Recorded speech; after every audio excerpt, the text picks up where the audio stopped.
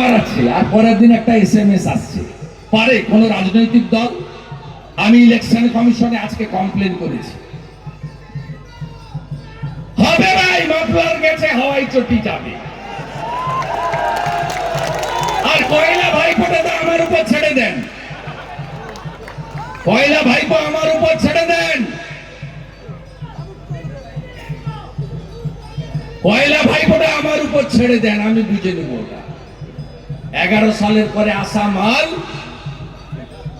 মহিষা দলে বলছে তোর বাপ বেটা ছিল না। 3রা জানুয়ারি প্রথম আন্দোলন নন্দীগ্রামে আপনি ছিলেন, আপনার মা বেটা ছিল। 7ই জানুয়ারি ভরত বিশ্বজিৎ সেলিম শহীদ হয়েছে, আপনি ছিলেন?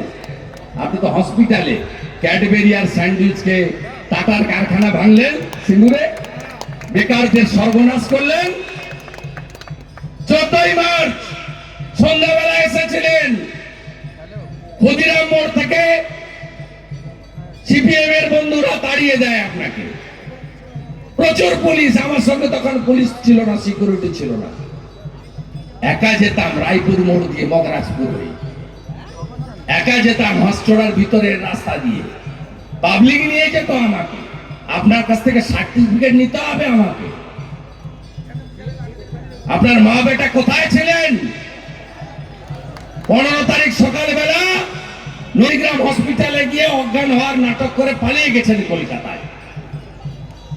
পশ্চিম মেদিনীপুর দিয়ে ঘুরে 15ই মার্চ তেরোপেখিয়া নদী পেরিয়ে সকাল 8টায় বেরিয়ে 3:30টায় ঢুকে পোস্টমর্টম করে 14টা দেহ নিয়ে পৌঁছে দিয়েছিলাম গ্রামে গ্রামে। আপনার কাছ থেকে আমাদের সার্টিফিকেট নিতে হবে। আপনি রাজনৈতিক পরিচয়ের আগে 70 সাল থেকে শিশির অধিকারী, তাঁতি পুরসভার চেয়ারম্যান।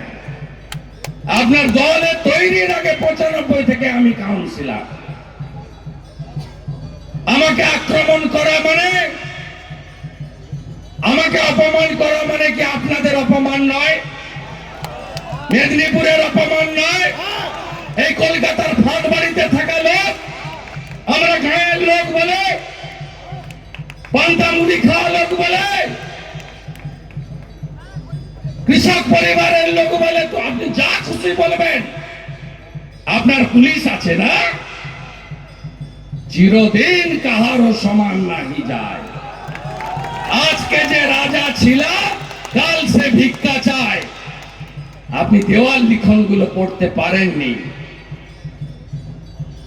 77-এ কংগ্রেস উড়ে গেছিল জরুরি অবস্থায়। নন্দীগ্রাম নেতাইর পরে সিপিএম উড়ে গেছিল 11-তে। আপনি এবারে উঠবেন, 35 সিট বিজেপি পাবে, আপনার সরকার ফেলবো। কয়েক মাসের মধ্যে আপনাকে প্রাক্তন মুখ্যমন্ত্রী করব। আপনার অবস্থা হেমন্ত সোরেন, অরবিন্দ কেজরিওয়ালের মতো হবে। এত বড় মিথ্যাবাদী। ঘর দিবেন আপনি না, ঘরের ঘর নিয়ে ঘুরছেন। আপনি 11-র আগে বলেছিলেন কেন্দ্রীয় হারে দিয়ে আমাকে ক্ষমতায় আনুন, শিল্প করে দেখিয়ে দেব। 21-এর আগে বলেছিলেন ডবল ডবল চাকরি।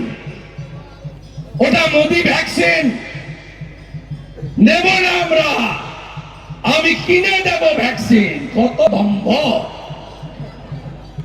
ভালো পায়ে প্লাস্টার জড়িয়ে 21 সালে কত ড্রামা করেছেন আপনি। নন্দীগ্রাম ঠিক বুঝেছে, এবারে চণ্ডীপুর বুঝবে। নন্দীগ্রাম বুঝেছিল এ ঠগি, এ মিথ্যা ছাড়া একটা সত্যি কথা বলে না। আমার গাঁয়ের ছেলে, মেদিনীপুরের ছেলে শুভেন্দুর সঙ্গে থাকবো, যত লোক দেখা যাব না, তাই টাটা বাই বাই করে পাঠিয়ে। ওই যে গেছে একদম ওয়াকারে পাস, 3.5 বছরের দেখা নাই।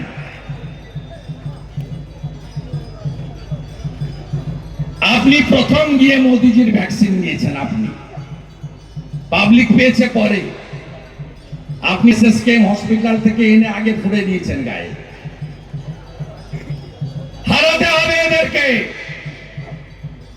গোটা শিক্ষা দপ্তর জেলে মোটা পার্থ, ওজন তার 150 কেজি, হাঁটুর নিচের বয়সী তার বান্ধবী, অপা, মোনালিসা, কত নাম। কি সুন্দর চরিত্রের মনুমেন্ট। আরেকটা 130